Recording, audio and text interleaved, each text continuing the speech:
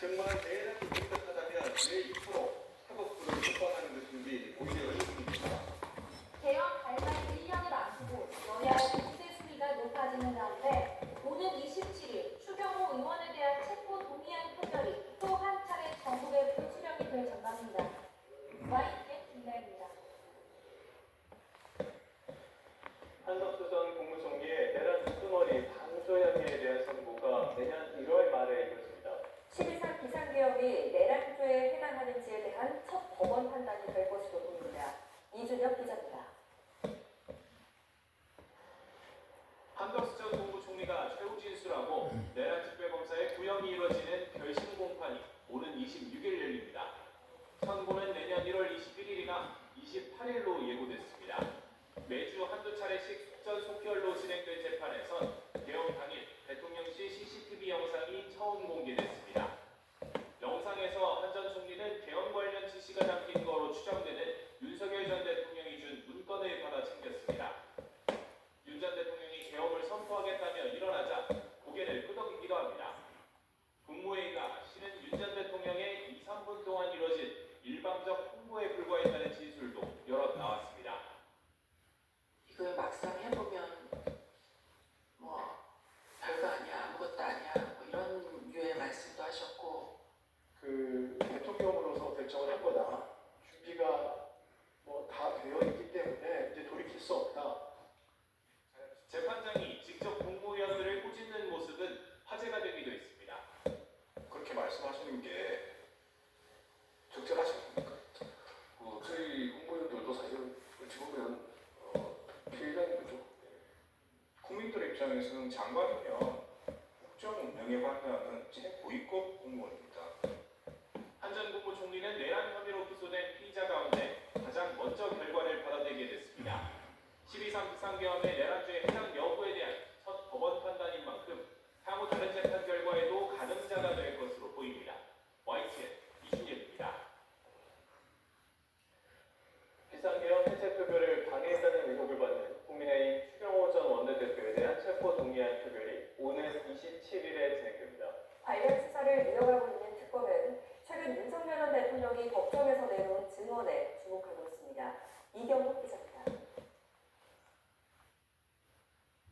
내란 특검은 지난 3일 개헌 해제 표결 방해 의혹의 핵심 인물인 추경호 전 원내대표 신병 확보에 나섰습니다. 내란 주요 임무 종사 혐의로 구속영장을 청구했습니다. 이에 따라 체포 동의안이 13일 국회에 보고되고 오는 27일 표결이 예정돼 있습니다. 여대 야소 정국속 체포 동의안이 가결되면 영장 심사는 다음 달 초쯤이 될 거로 보입니다.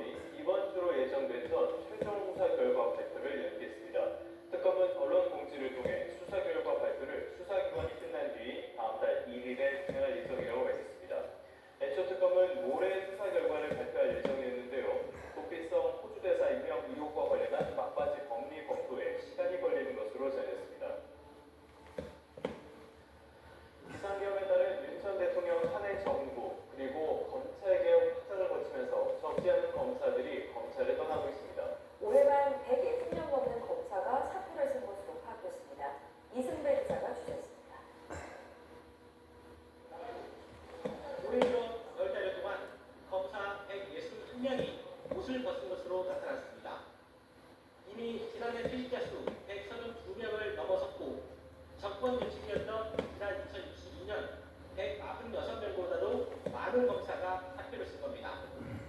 특히 경력이 10년이 채 되지 않는 연차 낮은 검사들 52명이 올해 퇴직했습니다. 최근 5년 동안 그만두는 저연차 검사가 한 해 50명을 넘긴 건 처음입니다. 이 사건과 윤석열 전 대통령 파면, 정권 교체 이후 검찰 개혁 추진 등 전국 흐름이 영향을 줬다는 분석이 나옵니다.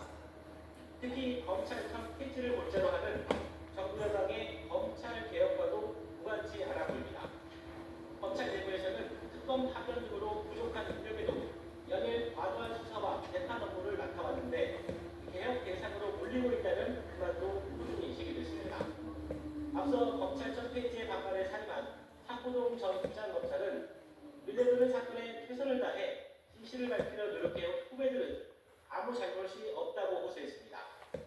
최근 재편된 검찰 스내로는 부지 감정을 한 목소리로 강조하고 있습니다. 검찰 조직이 안정화되고 또 맡은 본연의 책무들을 성실하게 수행할 수 있도록 하는데 최우선 가치를 두고 하지만 대장동 사건 항소 포기 여파에 반발 여론이 보이지 않습니다. 여기에 대응 관련 가담자를 가려내기 위한 정부 혁신 TF가 검찰과 법무부에도 각각 뿌려졌습니다. 잘잘못을 따지는 과정에서 검사 이탈이 더 늘어나면서 혼란이 가중될 수 있다는 관측입니다. YTN 이승입니다. 경제 뉴스입니다. 주병기 공정거래위원장이 대기업 총수 일가의 일감 몰아주기 같은 부당한 내부 거래를 막기 위해 과징금을 강화하겠다고 밝혔습니다. 첨단 전략 산업에 대한 금상분리 규제 완화는 최후의 카드라며 신중한 입장을 보였습니다. 주병기 위원장의 취임 뒤 첫 기자간담회 내용 이지은 기자가 보도합니다. HDC 그룹의 HD렉스 계열사를 통한 매출이 40%가 됐습니다. 하지만 정몽규 그룹 회장 지분이 18%되고 총 발행 주식의 20%를 믿거나 총수일가 사익 편취 규제 대상이 아닙니다. 하지만 자사주를 제외하면 정회장 지분율은 21%고 규제 대상이 됩니다. 자사주 때문에 사익 편취 규제에 구멍이 생긴다는 지적에 주병기